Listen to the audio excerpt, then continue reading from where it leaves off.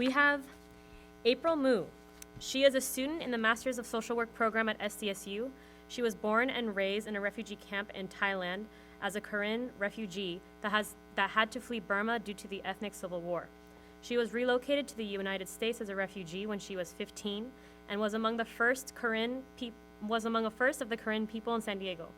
She was the first Karen to graduate from Crawford High, the first to graduate from San Diego City College, and the first to transfer to San Diego State University, and the first to pursue the Masters of Social Work degree at SDSU. She is passionate about work.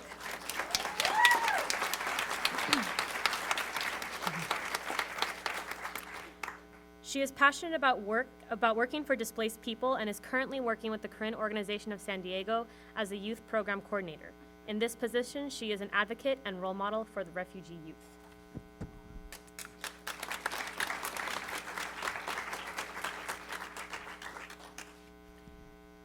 Thank you for inviting me to share my story. I was born in a refugee camp in Thailand, and the reason why I was born in Thailand is because my parents are the ethnic group called Karen. And the Karen and Burmese regime have been involved in a civil war for more than 70 years.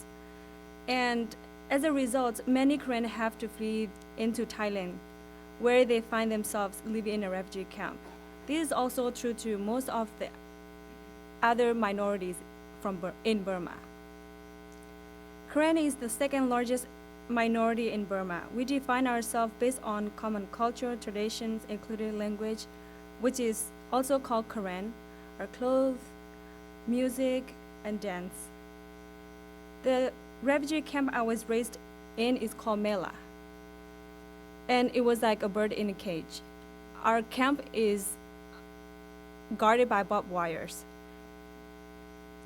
I lived there for 15 years before I moved to the United States. Life in a refugee camp was very difficult. Mela camp have had as many as 50,000 refugees. And even slightly lower number, the camp is extremely overcrowded. Whereas the camp is overcrowded and overpolluted, food and health care are insufficient. Refugees depend on the United Nations for their basic needs. There is even less food available today than when I lived in the camp. Both my parents worked in the refugee camp.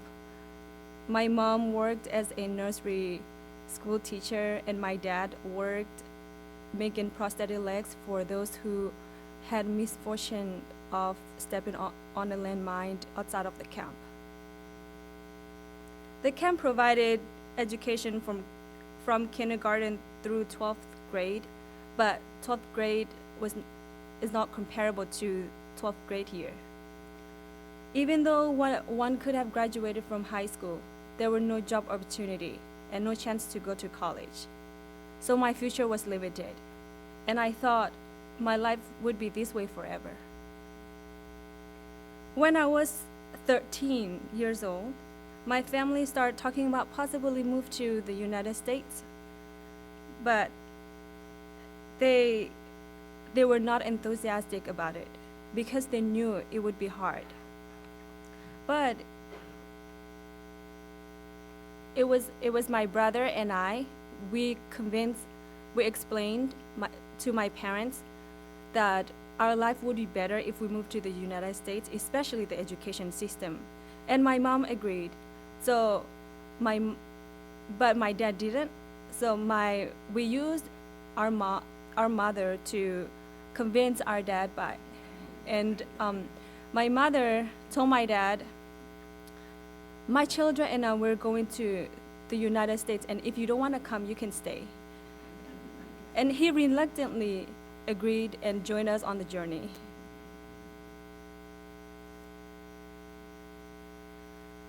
And the process coming here was not easy.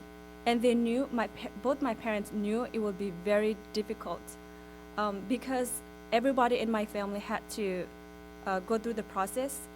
And except the youngest children in the family.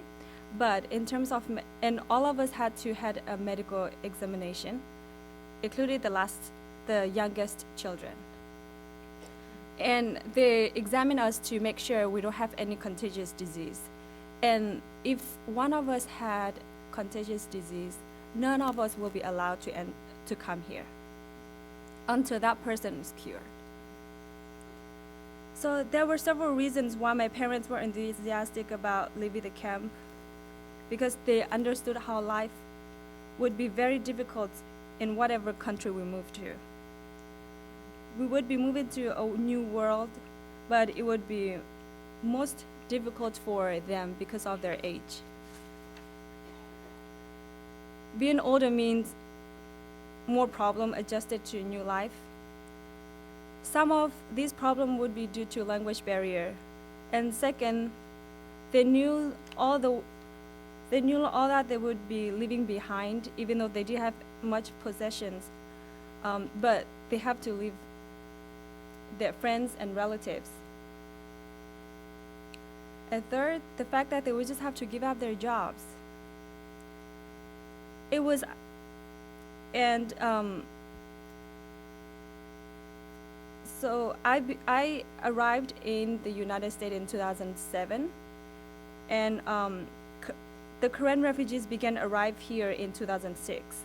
So my family were the first Korean, were kind of the first Korean who were here in the in San Diego. And when we moved to San Diego, everything was new. We found ourselves living in a subculture in American society. We could not help but notice we were different. People looked at us differently, no doubt stereotyping us. We had to learn new language, the way Americans dress, the food they eat, how they interact socially and culturally. The way of life was just different from the camp, and these circumstances made it very challenging for my family. For example, we found the welfare system baffling. I know that many Americans resent immigrants and refugees' families coming here because they wanted to come and take advantage of the welfare system. There is no basis for this. When we arrived here, we had no idea that the welfare system existed. It took us a long time just to get used to it. And even though we were used to it, we find it very bureaucratic and highly insufficient. And for me, the best thing about living in America has to be the education and the freedom that I am able to express myself. And since I've been living in the United States, I've been able to go to school and get a good education. I've accomplished what I wanted to and the promise that I made to my parents. But it was extremely difficult to get to that point. So when I began school here I began school here as a freshman at Crawford High School, and there were only a few Korean, there were only a few people who could speak my language. But then they didn't have time to navigate me through my classes, so I was lost. But I decided to go to after-school ESL program that was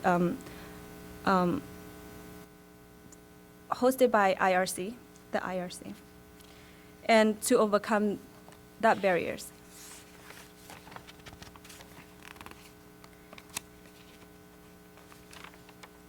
And all the pain, that suffering that I have witnessed have motivated me to work harder to graduate from high school and attend college. I am very passionate about devoting my life to caring for displaced people, whether they are Korean or not. And currently, I work for the Korean organization, a nonprofit organization that created to help refugees from Burma. And KOSD is committed to educational and social enhancements of various ethnic groups from Burma who reside in San Diego. KOSD programs include, but not limited to, helping refugees to navigate welfare, healthcare, education, law enforcement, public assistance in the U.S., provided leadership opportunity for youth and adults, connected refugees from Burma with employment, community empowerment programs, and tutoring program. So as a caseworker, I started out as a caseworker at the Korean organization. As a caseworker, I helped clients of all ages. This includes interpretations, transportation to welfare and medical appointments, and translation. And as a youth program coordinator in this role, I am expected to provide Korean youth with the kinds of resources that they will need to be successful in this country. And from my experience and personal experience and what I've learned, working with refugees, social work can help by having cultural humility, value dignity and integrity. This will help understand really a person's culture and their traditions and how they behave, and how they act the way they act. And this will also help you understand what they really need. And many clients who are from different countries may not be able to express themselves as they want to, because to them it's not culturally, it's not appropriate for their culture. So if you say you want to help them, make sure you help them. And be sure to follow up, or else they will feel isolated. And if you know an organization that can help them, make sure to reach out and refer them. And as a refugee youth coming here, adapting here was not easy. I had to find new friends, and because of language barriers, it was extremely hard. It took me a long time, even now, and I'm not fluent in English yet. I